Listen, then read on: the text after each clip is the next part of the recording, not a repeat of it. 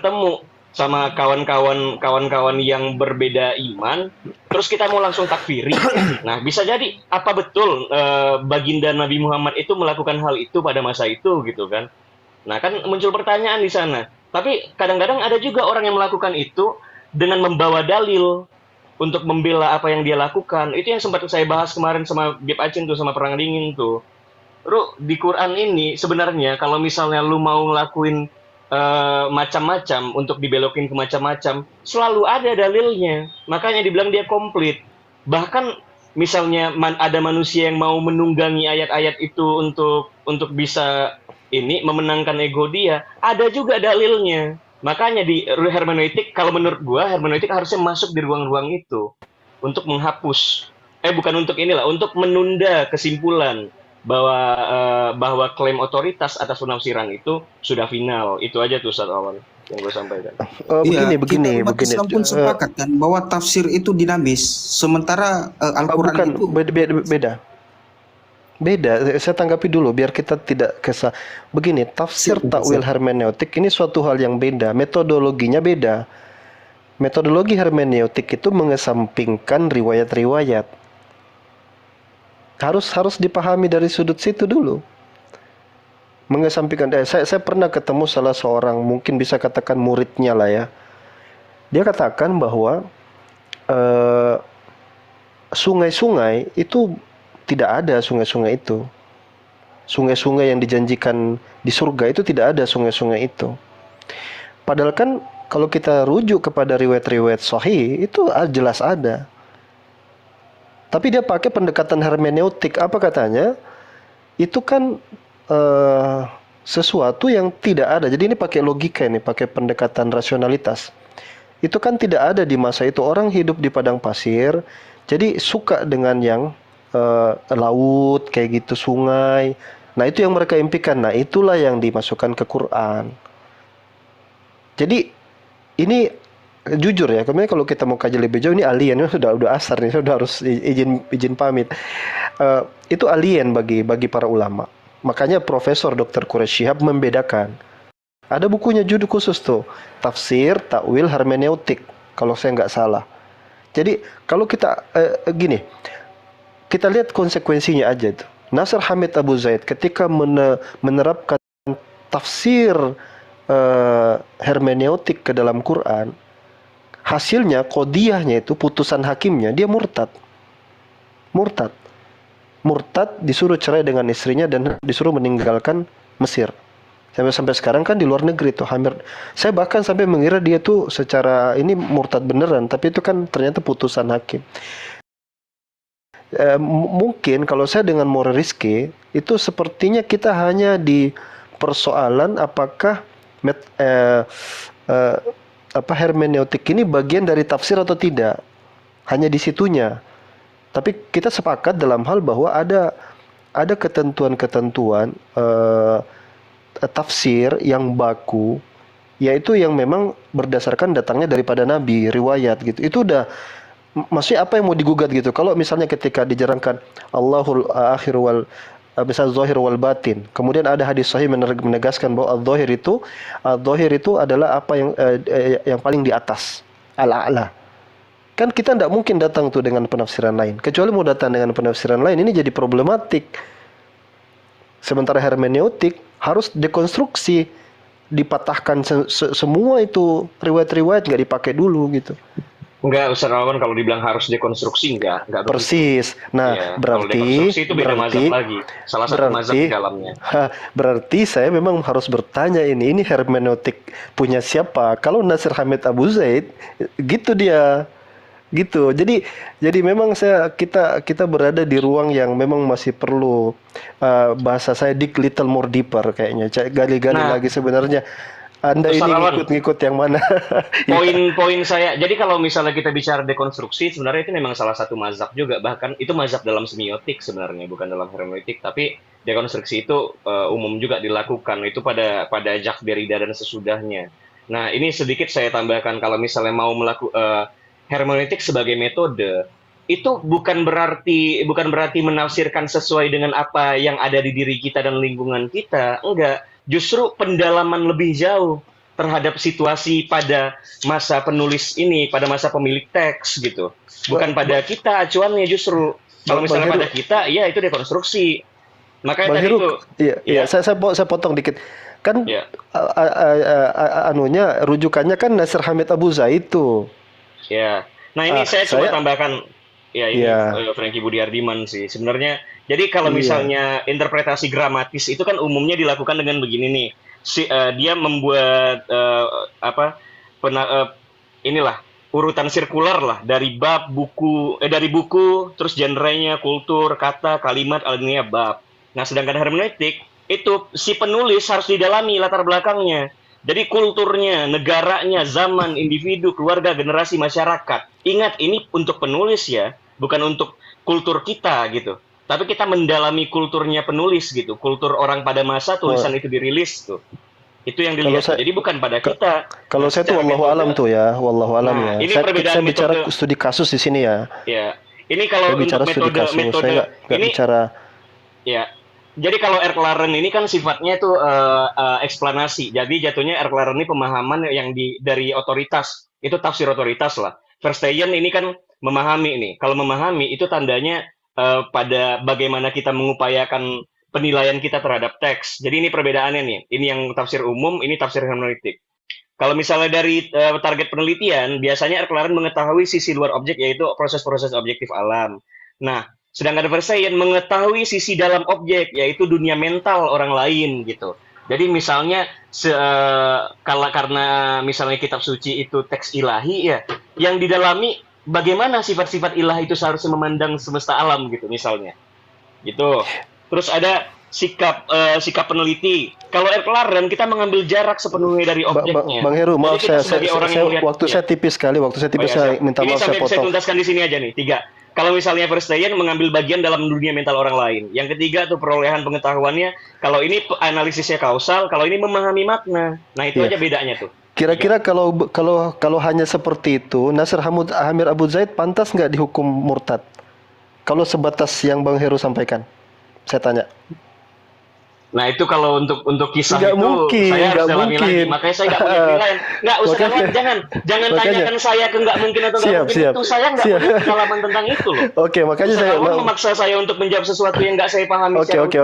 oke, Ya, gini. ini nggak bisa saya Siap, jawab. siap. Gini, saya mau bilang bahwa saya kenal istilah hermeneutik pertama kali dari Nasir Hamid Abu Zaid. Istilahnya itu. Berbicara Quran, pendekatan hermeneutik itu saya nggak bisa lepas memori saya dari Nasir Hamid Abu Zaid. Orang sosok yang pertama. Nah, apa yang dilakukan itu dekonstruksi. Benar-benar dekonstruksi. Itulah jadi acuan persidangan itu memutuskan dia murtad. Jadi ini memang suatu yang sangat berbahaya. Saya melihat bahwasanya definisi Moreh Rizky beda, definisi Bang Heru beda, definisi objektif beda. Jadi mungkin itu belum ada konsensus aja situ. Sebenarnya pendekatan hermeneutik itu seperti apa sih? Sepertinya masih gitu. Saya kesimpulan bahwa Barusan loh, Ustaz Alwan. Yang barusan saya bukain itu kan di situ, Iya, Ustaz Alwan. iya. Itu Perbedaan kalau tafsir. itu saya lihat beda dengan Iya. punya Nasir Hamid Abu Zaid. Kalau itu justru memperkaya mungkin, memperkaya dari sisi makna ya. Terima kasih, saya izin pamit. Iya, Ustaz sama-sama, Moreh Ustaz Rizky semua. Assalamualaikum warahmatullahi wabarakatuh. Waalaikumsalam warahmatullahi wabarakatuh. Gabung lagi nanti Ustadz, kalau nggak sibuk. Jadi, Iya, jadi siap, ini siap, nih siap. objektif. Kalau misalnya mau dipilah secara garis besar perbedaan tiga perbedaan dari metode itu, penafsiran otoritatif, penafsiran teks dan penafsiran ini hermeneutik. 3 ini nih. Untuk targetnya, yang satu memahami sisi luar objek, yaitu proses-proses objektif alam. Yang satu mengenal dalam objek. Jadi selain memahami sudut pandang Nabi memandang dunia, juga mengetahui bagaimana sifat-sifat ilahiyah itu semestinya gitu. Baru kita bisa melakukan penilaian terhadap teks yang dirilis. Terus sikap peneliti. Nah, kalau misalnya teks otoritatif, biasa kita mengambil jarak tuh memang dengan teks. Karena kita melihat teks sebagai diri kita yang melihat teks. Ini mencoba menyelami, mengambil bagian dalam dunia mental orang lain. Makanya dibilangnya kan Kunstler des Verstehen, seni memahami. Makanya Verstehen nih memahami kata-kata di ujung itu. Terus perolehan pengetahuannya, kalau ini analisisnya kausal, yang satu memahami makna. Jadi semisal nih, ada kita lagi ngobrol nih, ada orang Minang ngobrol sama orang Arab langsung kan, eh, terus dia bicara tentang kata kalam-kalam gitu kan. Kalam itu bahasa Minangnya tuh gelap tuh. Nah berarti orang-orang Arab waktu ngobrol sama orang Minang, pas dengar kata kalam itu muncul dari mulut orang Minang, dia mencoba memahami bahwa oh kalam yang dia maksud ini gitu. Kita mengejar makna yang dimiliki oleh si pengucap. Jadi bukan berdasarkan kalau dalam KBBI gitu, kalau dalam kamus bahasa Arab itu tuh artinya begini-begini loh, bukan begitu. Itu aja tuh perbedaannya. Jadi kalau misalnya kita biasanya berdebat tuh, ya dalam ranah definisi ya di KBBI ini artinya bla bla bla bla bla bla. Nah itu kita lagi bicara erkelaran. Tapi kalau misal kita lepaskan dulu pemaknaan KBBI, tapi kita hanya memahami apa yang dimaksud oleh pengucap, nah itu kita sedang melakukan Verstehen. Itu perbedaannya. Simple tuh.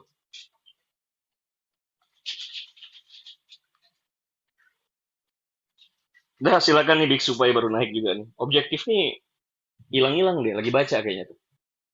Ada. Ini saya sambil baca ini. Ada beberapa poin yang memang menarik di sini.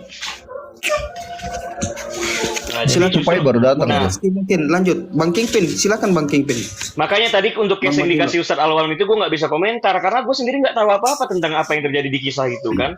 Gimana gue bilang dia layak nggak dianggap murtad gitu, dihukum murtad? Ya gimana, gue nggak tahu situasi apa yang terjadi. Justru penghakiman gue yang ujuk-ujuk sama sekali jauh itu dari kaidah-kaidah Verstehen. Jauh dari kaidah memahami. Makanya setiap hal yang gue belum ketahui, lepaskan penilaian dari situ. Maka kita sudah melakukan upaya hermeneutik di sana. Ya silakan Bang Pimpin. Boleh nggak? Boleh Hero kasih contoh, mau kasih contoh hermeneutik nih. Tadi kan teorinya sudah. Nah contohnya gini, bisa digedein nggak apa namanya bro objektif? Sebentar. Ini menarik sebenarnya kalau kita kaji satu-satu ini. Apa maksudnya mengolah teks melacak makna, terus memahami konteks menempatkan pemahaman. Ini sampai 3 step di sini. Mengupayakan kontekstualisasi, mengabadikan kitab suci. Lanjut Mure. Ya contoh kan gini nih. Ini saya kasih contoh kasus ya. Seringkali nih orang kalau misalkan berbicara agama yang menyeberang gitu kan, pasti akan ngomong janganlah bahas ini, udah cukup bahas apa namanya agama sendiri aja gitu kan. Apalagi di Islam itu lakum dinukum waliyadin. Nah seringkali ayat ini nih melintir nih maknanya dari makna sebenarnya. Lakum dinukum waliyadin ini dianggap sebagai ayat, ya udah pokoknya masing-masing aja, agama kamu ya agama kamu, agama aku gitu loh. Jadi nggak boleh saling kritisi. Nah pemaknaan menafsirkan surah Al-Kafirun ayat ke-6 ya, teksnya seperti tadi itu sebenarnya salah. Kalau kita lakukan lebih mendalam lagi dengan metode hermeneutik. Caranya apa? Kita harus paham dulu konteks ayat ini. Nah kalau di dalam Islam ketika kita bicara Al-Quran, maka kita lihat baca harus asbabun nuzul, asal muasal kenapa ayat tersebut muncul, baru kita cari asbabun nuzul dari surah Al-Kafirun. Nah di sini di surah Al-Kafirun dijelaskan ternyata asal muasal dari surat ini turun yaitu ketika apa? Ketika Rasulullah Shallallahu Alaihi Wasallam itu didatangi oleh seorang diplomatik ya, yang handal dari kalangan kaum musyrikin Quraisy. Lalu ditawarkan nih Rasulullah ini, kamu nggak usah mendakwahkan tentang Islam lah, udah digabung saja Islam kaum mukmin ini dengan kaum musyrikin Quraisy. Sorry saya batuk dulu. Lagi batuk sih soalnya ini. Nah ketika hal itu terjadi, Rasulullah menolak itu dan dia akan meminta petunjuk dulu dari Allah. Maka muncullah surat Al-Kafirun. Nah ketika kita sudah melihat asbabun nuzulnya, maka kita akan mengerti yang dimaksud dari surat Al-Kafirun ini bukan berbicara toleransi akidah ternyata, tapi berbicara apa? Larangan mensinkretisme ajaran Islam dengan ideologi-ideologi atau pemahaman-pemahaman dari ajaran lain ke dalam Islam. Nah bentuk penafsiran seperti tadi itu yang namanya hermeneutik. Contoh simpelnya seperti tadi. Itu sih kalau yang ada dalam pemahaman saya ya. Mungkin berbeda dengan pemahaman Ustadz Alwan tadi kalau berbicara hermeneutik. Nah, nggak tahu juga kawan-kawan setuju apa enggak tuh. Saya memberikan contoh seperti itu hermeneutik. Assalamualaikum warahmatullahi wabarakatuh. Waalaikumsalam. Waalaikumsalam warahmatullahi wabarakatuh. Betul itu, betul. Aku masih sambil kerja, boleh duluan nggak host? Siap, silakan Ustadz. Silakan Ustadz Unggul. Iya, aku setuju banget itu More Reski. Mohon maaf ya, dengan segala hormat, with all due respect, banyak dari kita mengartikan itu ayat toleransi. Artinya kita mengaminkan ketika saudara-saudara kita Kristen mengatakan, bukankah dalam Al-Quran disebut untukmu agamamu, untukku agamaku. Itulah toleransi kan, gak usah urusin agama kami. Nah bagi saya ini salah, bukan toleransi. Toleransi itu ada hal lain, misalnya la ikraha fidin, dilarang menghina atau menghujat sesembahan agama lain, ya kan? Ini ayat pelarangan menggabungkan, mencampur baurkan. Contoh yang paling ekstrim dan gabrul, ketika perayaan Natal diundang orang-orang Islam berpakaian peci atau kopiah, perempuannya berhijab, diminta membacakan di atas mimbar surat Maryam. Ini gabrul ini. Toleransi bukan seperti itu.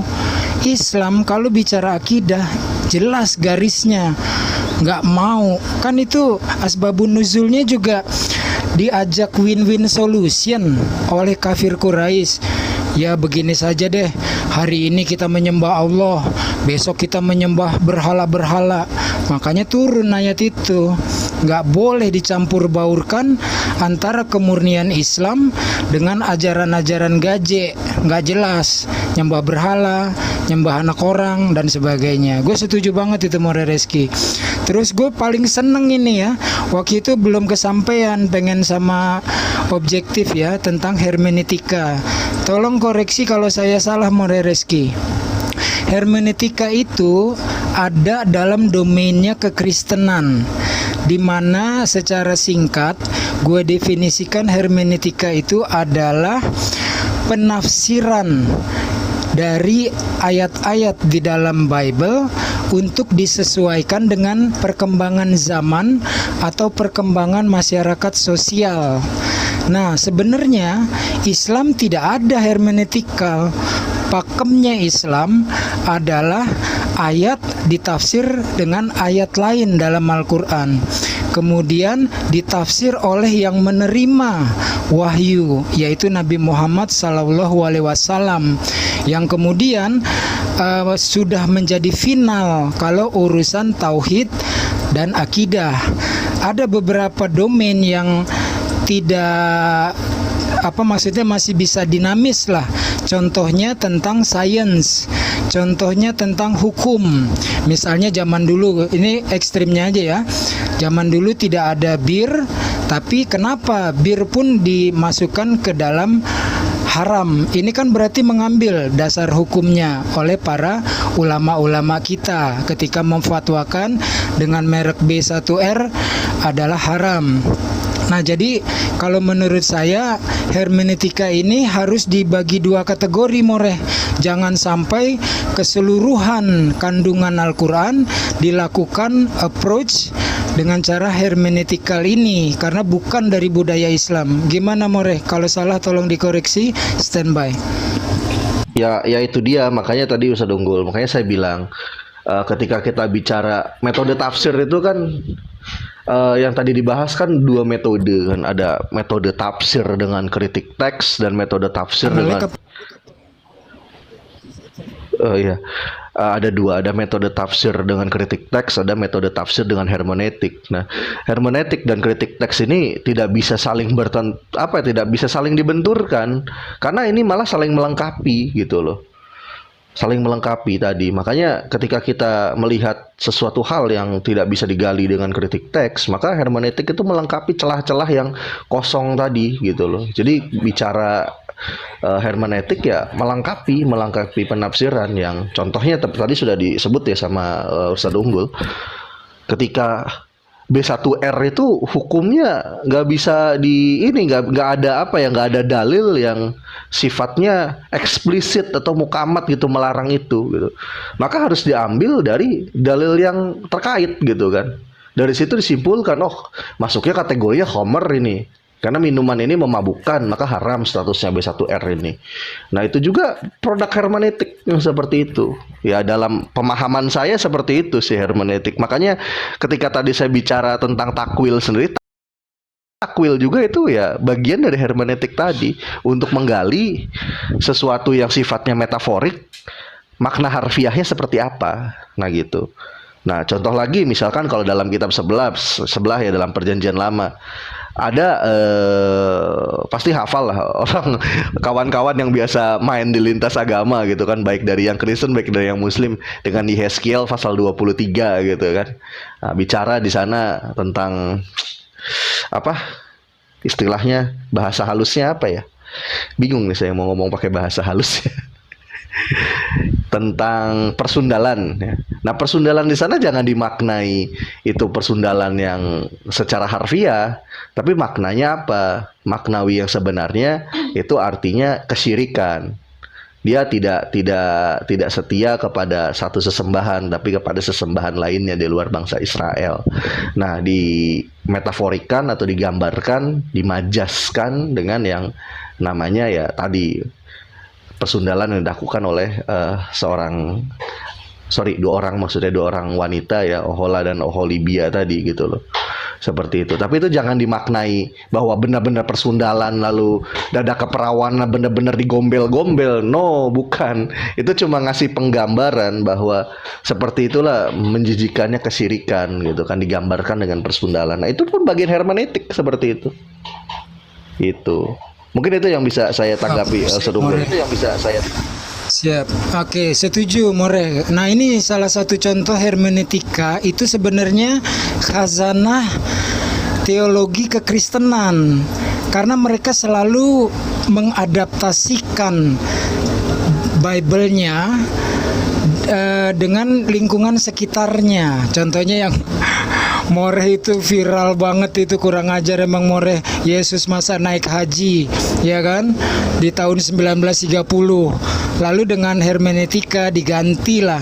Jadi penggantian revisi terjemahan bukan hanya semata-mata untuk mengganti ejaan yang disempurnakan, tapi perubahan makna gitu. Nah, contohnya di TB terjemahan baru babi hutan disebut yang haram. Lalu TB2 melakukan hermeneutika disebutnya babi sekarang. Kalau dulu haram, sekarang hanya dikatakan najis gitu. Najis dengan haram dalam perspektif Islam, entoh mereka juga nyolong kan terminologi dari Islam. Itu berbeda antara najis dengan haram kan untuk dimakan itu. Nah, jadi kesimpulan saya sih ya berhati-hati teman-teman ya, pelajari, ada kok. Dulu saya punya itu bukunya. Jadi seorang melakukan penjelasan tentang hermeneutika yang dilakukan oleh kekristenan, lalu ketika Islam dipelopori oleh koreksi kalau salah More, yang beraliran Islam liberal ini melakukan hermeneutika, katanya tidak lagi sesuai dengan perkembangan zaman. Nah ini bahaya ini. Beliau mengkritik keras itu dari UIN mana saya lupa, nanti kapan-kapan ketemu saya buka bukunya, masih ada kok. Nah itu di situ dia bilang berhati-hati ketika melakukan hermeneutika lalu keluar dari pakem Islam, yaitu ayat mentafsirkan ayat, tafsir dari sang penerima firman yaitu Nabi Muhammad SAW. By the way, saya masih kerja ini More. Terima kasih atas sharing ilmunya. Host, terima kasih atas waktunya. Teman-teman, saya mohon pamit ya. Mohon maaf bila ada kata-kata yang nggak berkenan. Wabillahi taufiq wal hidayah. Assalamualaikum warahmatullahi wabarakatuh. Gue lagi kerja bro. Gue lagi kerja. Nanti kapan-kapan gue gabung lagi deh ya. Sorry banget, sorry. Cuma itulah tadi sebenarnya tanggapan gue, kalau misalnya kita melihat khazanah keilmuan ini dari perspektif sentimen kelompok. Jadi seolah-olah produk ilmu itu, wah ini kan hanya digunakan oleh kekristenan pada digunakan oleh penafsiran Bible gitu. Jadi terus nggak boleh dipakai. Wah kalau begitu cara berpikirnya bahaya itu. Maksudnya ya sampai produk Facebook, TikTok dan lain-lain yang produk kafir pun juga ini bukan produk Islam ini. Jadi kan begitu. Sulit kalau misalnya kita masuknya ke ranah itu, ranah sentimen kelompok. Makanya memandang hermeneutik ini bukan sebagai produk dari gereja, tapi memang memang sebagian besar yang menggunakannya memang itu dari kalangan ini ya, kalangan rohaniawan kekristenan. Tapi bukan berarti ini adalah ilmu untuk agama tertentu, bukan begitu cara kerjanya tuh. Nah, satu lagi juga tentang, jadi kalau yang disampaikan tadi itu tentang hermeneutik di mana itu dikaji, diukur berdasarkan perubahan zaman. Nah, itu sebenarnya metode yang diterapkan oleh Gadamer itu. Itu namanya seni kesepahaman. Jadi bagaimana kita bisa menghubungkan antara penilaian-penilaian penulis terhadap situasi di masa lampau, ditarik relevansinya dengan penilaian-penilaian kita pada masa ini, masa sekarang. Nah, Gadamer memang melakukan metode itu. Tapi ya itu umum banget dilakukan. Maksud gue gini, kawan-kawan di sini masih ada nggak sih yang naik haji itu masih naik unta gitu?